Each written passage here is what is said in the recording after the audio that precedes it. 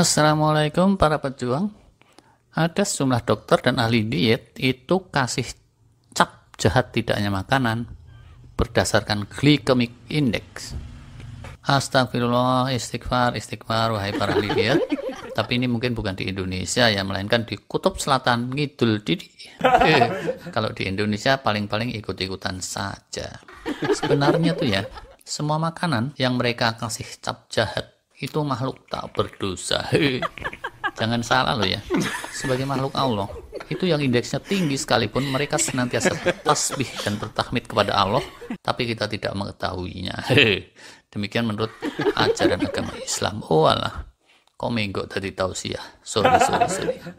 Balik saja lagi ke glycemic index. Kelirunya di mana sih kalau kita kasih cap jahat tidaknya makanan berdasarkan GI atau glycemic index? Ya tentu karena logika kalian itu jadi bundeli.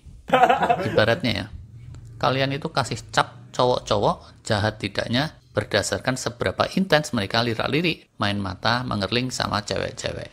Mungkin argumennya, kalau suka lirak-lirik dan mengerling cewek, tuh anak pasti suka celamitan, otaknya keruh dan jahat. Sedangkan kalau ada cewek dia cool-cool aja, berarti santun dan baik hati. Waduh, kalau kalian punya pendapat seperti itu, silahkan dicek lagi sarapan kalian. Oke lah, bakat celamitan itu memang satu indikasi. Tapi, selain tes potensi akademik, tiap siswa kan perlu juga dilihat zonasi tempat tinggalnya. Walah gubrak. Kok jadi minggu ke logika PPDB, sorry. Yuk kita pakai contoh saja ya. Anak Pak Ustadz yang ganteng keren, hafal Quran juga, walaupun cuma 10 surat-surat terpendek, itu kalau lihat cewek langsung panas dingin gelegean. Nah, indeksnya mungkin 80 kalau urusan cewek. Kalah jauh dia sama Haji Udin. Padahal anak Pak Ustadz itu mungkin sekedar remaja yang sedang puber kan ya. Haji Udin dia indeksnya 13. Kayaknya bagus karena dia jarang lirik-lirik cewek. Tapi jangan dikira dia soleh luar biasa. Kalau pelit sedunia sih mungkin iya. Oke lah, dia jebolan pesantren. Tapi tahu nggak, di pesantrennya, Udin itu baru level Iqra 3 terus drop out. Malah kena gaplok lagi sama Bu Iem, guru ngajinya dia. Loh. Lagi pula dia itu nggak lirik-lirik cewek, bukan yang nggak doyan, tapi karena matanya sudah keburu burem. Gangguan katarak. Loh, gimana tuh kalau gitu? Contoh kedua, ini kisah nyata. 3 tahunan yang lalu gitu di Inggris ketangkep salah satu pembunuh berantai yang termasuk paling ganas selama 1 dekade terakhir. Tahu nggak? Dia tuh cowok alay melambai, jadi nggak pernah lirak-lirik atau mengerling cewek. Nah, indeksnya bisa kecil banget. Bingung nggak sih lu? Kompleks kan manusia itu. Makanan kita itu juga kompleks, jangan dikira enggak. Jadi, kalau kalian memilah jahat tidaknya makanan berdasarkan GI saja, glycemic index, dipastikan kalian gampang tersesat. Mari kita tunjukkan satu tabel. Kalian yang disiplin dan banyak perhatian dengan GI dan diet, sudah familiar mungkin dengan tabel ini. Silahkan dicermati. Di situ kelihatan, kurma itu termasuk yang GI-nya rendah. Terus kita ambil kesimpulan, oh pantesan Rasulullah buka puasa seringnya pakai kurma, yuk kita ikut-ikutan. Nah, hati-hati kalau ngambil kesimpulan seperti itu. Yang GI-nya rendah itu kurmanya kurma segar, bukan kurma yang sudah manisnya kental kayak yang biasa dijual di kita. Terus kalau kita lihat lagi ya, dari urutannya itu makanan paling tak berdosa kayaknya fruktosa kan ya. Padahal dia itulah pembunuh berantai yang paling ganas. Dia biang keroknya diabetes level 2 dan segenap penyakit degeneratif lain. Buah-buahan di tabel yang paling jahat tuh kayaknya semangka kan ya. Padahal pisang dan mangga itulah yang tinggi fruktosa. Kalau semangka fruktosanya rendah, glukosa tinggi. Jadinya malah cenderung manisnya tuh kurang tajam. Secara bahayanya ya, jahatnya itu lebih jahat fruktosa sih. Kalau nggak percaya, coba aja kalian jangan makan nasi, jangan makan semangka secara total 6 bulan. Gantikanlah porsi nasi sepiring dengan pisang, terus cuci mulutnya mangga yang manis mengkel. Insya Allah, kalau manuk parkit atau gorila, nggak apa-apa. Malah jadi sehat atau dogol. Tapi kalau kalian manusia, fatty liver pasti menggila dan cepat usur, yaitu kalau nggak keburu meninggal. Nauzubillah. Tentang jahatnya fruktosa, yang paling militan mengkampanyekan salah satunya Profesor Lustig dari Amerika. Bahan kita ini kebanyakan dari pendapat dia juga. Contoh lain, nasi lawan french fries. Sama, kalau dilihat GI-nya, french fries lebih baik.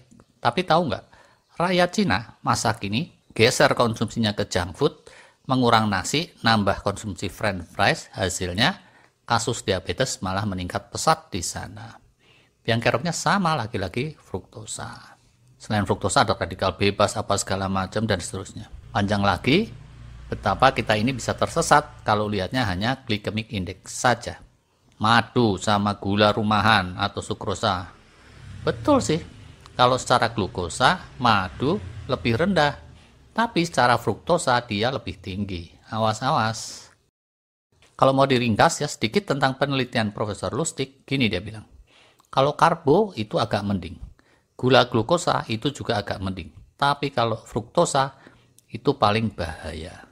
Kenapa fruktosa bahaya? Karena tidak seperti glukosa yang merupakan bagian sehari-hari dari darah kita, fruktosa itu tidak bisa langsung disalurkan ke tiap-tiap sel di tubuh. Fruktosa kalau kebanyakan amat memberatkan liver, dan kalau sehari asupannya rata-rata lebih dari 6 sendok teh, dia akan terakumulasi jadi fatty liver. Fatty liver akan melemahkan liver, dan kalau liver sudah lemah, bubarlah metabolisme. Fruktosa ini karena harus dipecah di liver persis sama alkohol. Gak beda jauh sama minuman oplosan.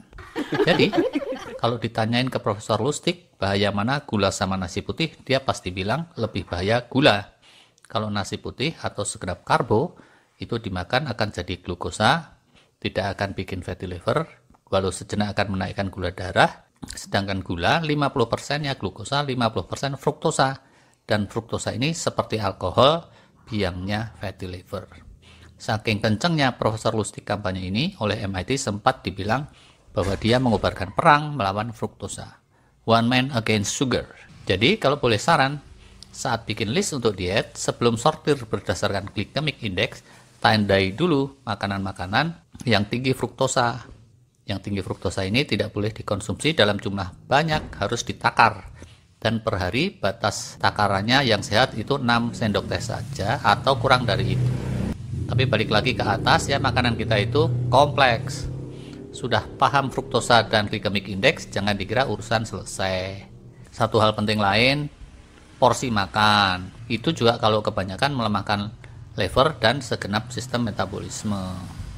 Hal lain lagi soal balansnya asupan vitamin mineral, ada lagi soal bahaya radikal bebas dan seterusnya. Untuk benar-benar dapet disiplin balance itu nggak gampang, teorinya aja juga nggak gampang, apalagi prakteknya. Diteliti oleh Profesor Lustig, di antara 700.000 item yang ada di pasaran itu 500 sampai 600 ribunya mengandung fruktosa dan pemanis buatan sejenis fruktosa. Faktanya seperti itu. Dan bahkan yang kayaknya nggak ada manis-manisnya kayak french fries tadi, itu ada fruktosanya. Gitu sih kira-kira. Sekedar urun rembuk. Kalau ada pendapat lain, silahkan komen. Terima kasih.